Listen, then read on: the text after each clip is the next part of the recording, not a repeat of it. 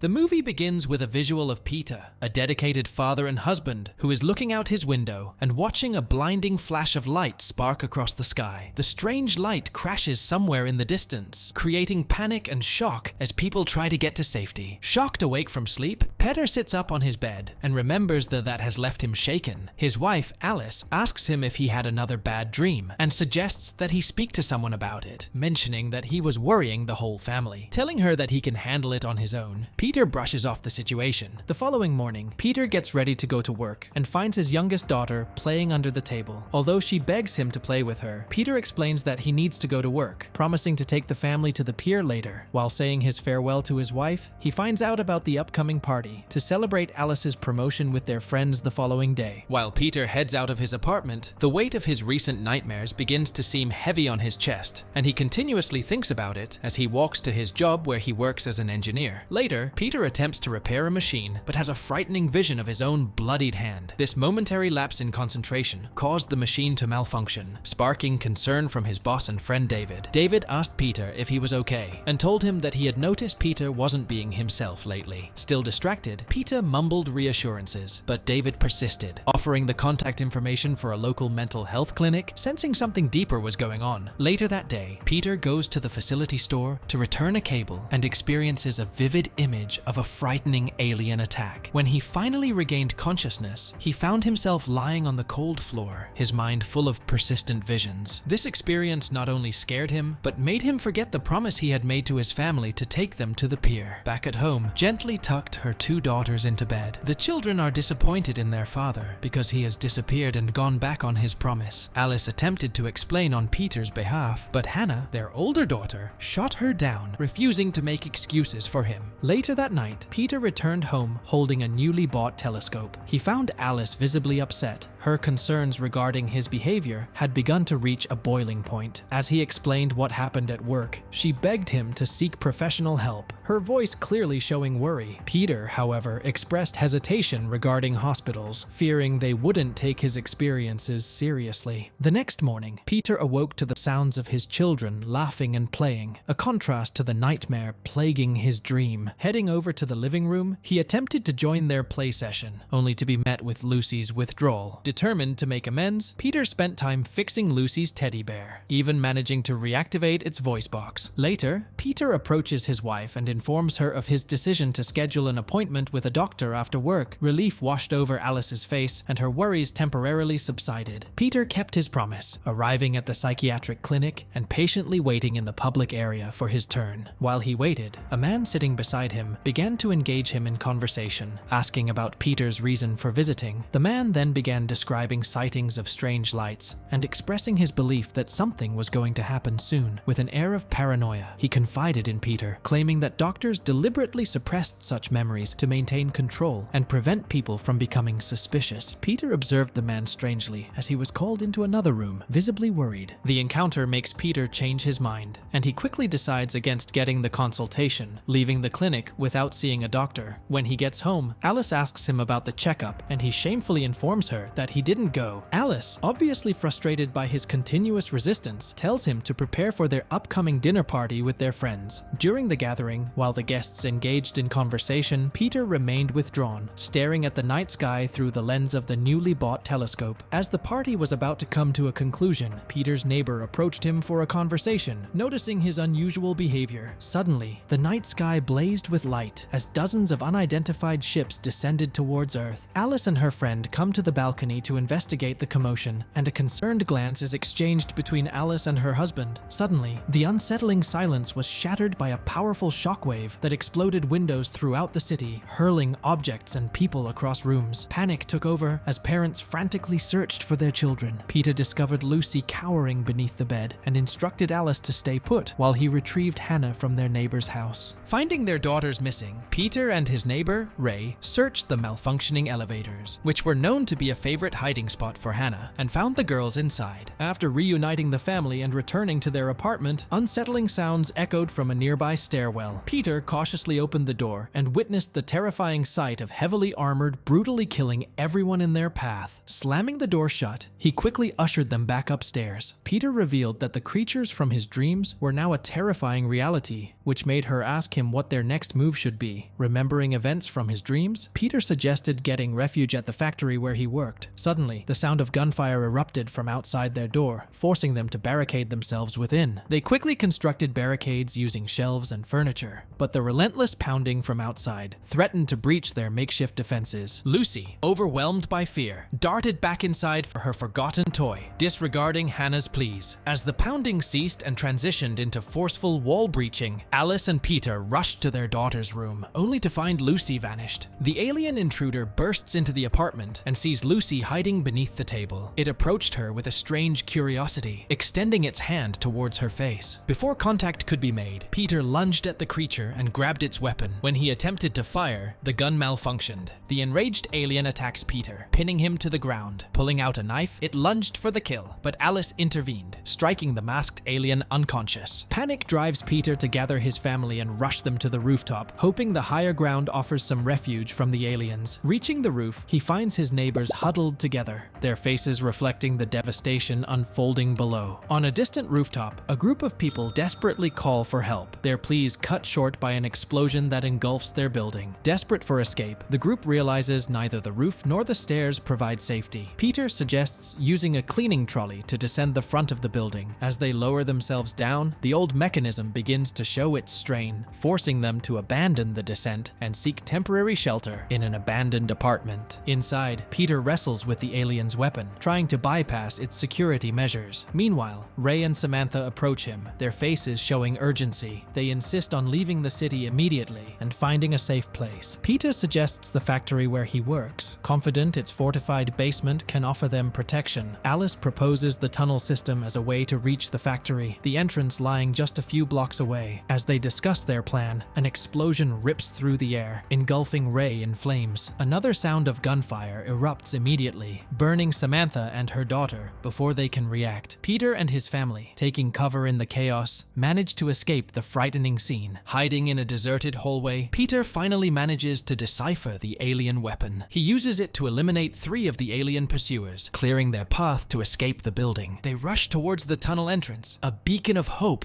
amidst the frightening events. Just as they reach the entrance, a ship spots them. As they scramble through the tunnel, an explosion collapses the entrance, leaving Alice severely injured. Peter, fueled by a desperate determination, carries his wife through the dark and claustrophobic tunnels, pushing towards the factory. Back at their apartment, the alien Peter had incapacitated regained consciousness. Driven by anger that it had lost its weapon, it tracks the stolen equipment, eventually leading it down into the tunnels. It stumbles upon Peter and his family, its presence heightening the tension already gripping the group. A fierce struggle ensues, and Peter manages to overpower the alien, disarming it and slamming its masked head against the concrete. He demands answers, his voice hoarse with anger, wanting to know the reason behind the invasion. The alien, its helmet shattered, reveals a human face. Peter, stunned by the sight, stares at the man before him, his voice cracking in disbelief as he asks who the man is. Distracted by his daughter's frantic cries, who inform him that Alice has passed out, Peter is forced to make a difficult decision. He forces the stranger into carrying his injured wife towards the factory. Finally reaching the factory gates, Peter pounds on them, desperation seen on his face. The gate opens, revealing his boss David among a group of armed men. They rush inside, just as a swarm of alien ships looms above, a chilling reminder of the fight for survival that awaits them. Inside the facility, a horrifying scene unfolds before their eyes. The doctors, entrusted with Alice's care, subject her to a brutal and unexpected treatment electrocution. Rage surges through Peter, but David intervenes, assuring him that it's simply a diagnostic procedure. The tense atmosphere hangs heavy, as David explains they'd anticipated the attack for years, which is why they are prepared. Soldiers escort the alien away, while doctors deliver grim news that Alice's systems have shut down. Suddenly, the stranger from space offers that he can save her, but only if they spare his life. Desperate, Peter sends his daughters with David, choosing to trust the alien. In the sterile room, the alien requests a knife, and to Peter's horror, slices open Alice's wound. Beneath the synthetic skin, a network of wires and intricate mechanisms pulsate with an unnatural energy. The alien, sensing Peter's confusion, postpones further explanation, as their immediate focus is saving Alice. He instructs Peter Peter to make a 6-inch incision on his chest, revealing a similar web of synthetic organs beneath his flesh and bone. Peter sits paralyzed, his entire reality shattered by this revelation. The stranger swiftly connects him to Alice with a wire, the current flowing through them both. As Peter slips into unconsciousness, a hidden truth unfolds. He, Alice, and every inhabitant on this planet are not human but advanced synthetic beings, meticulously crafted by humans. Over time, these AIs developed sentience, a development that instilled fear in their creators. This fear ignited a war of horrifying brutality. Months of conflict ensued, with the synths eliminating countless humans and forcing the remainder to flee to a distant planet. Peter and Alice, having discovered orphaned human children amidst the chaos, adopted them as their own. To heal from the war's trauma, the synths developed a memory-wiping system, erasing the horrors of the past. However, some, like David, chose to retain their memories, anticipating the humans' potential return. Upon regaining consciousness, Peter sees the stranger, now introduced as Miles, sitting across from him, a wire connecting him to Alice, keeping her alive. Seeing that questions were flooding Peter's mind, Miles explains his grandparents were among those driven off by the synths. He reveals the human colony on Mars, established after decades of exile, had gathered resources to reclaim Earth. They had been indoctrinated to view synths as monsters, yet meeting them firsthand, Miles recognized the one-sided narrative. He refused to become another pawn in the cycle of violence, unwilling to harm innocent children and families. As Alice regains consciousness, Miles helps them escape and reunite with their daughters. A fierce gunfight erupts, forcing Peter and Alice to fight their way through the chaos, finally reaching the train platform just as Hannah and Lucy board. Though human soldiers storm the station, the train departs, carrying them to safety. Peter and David stand shoulder to shoulder, witnessing the devastation,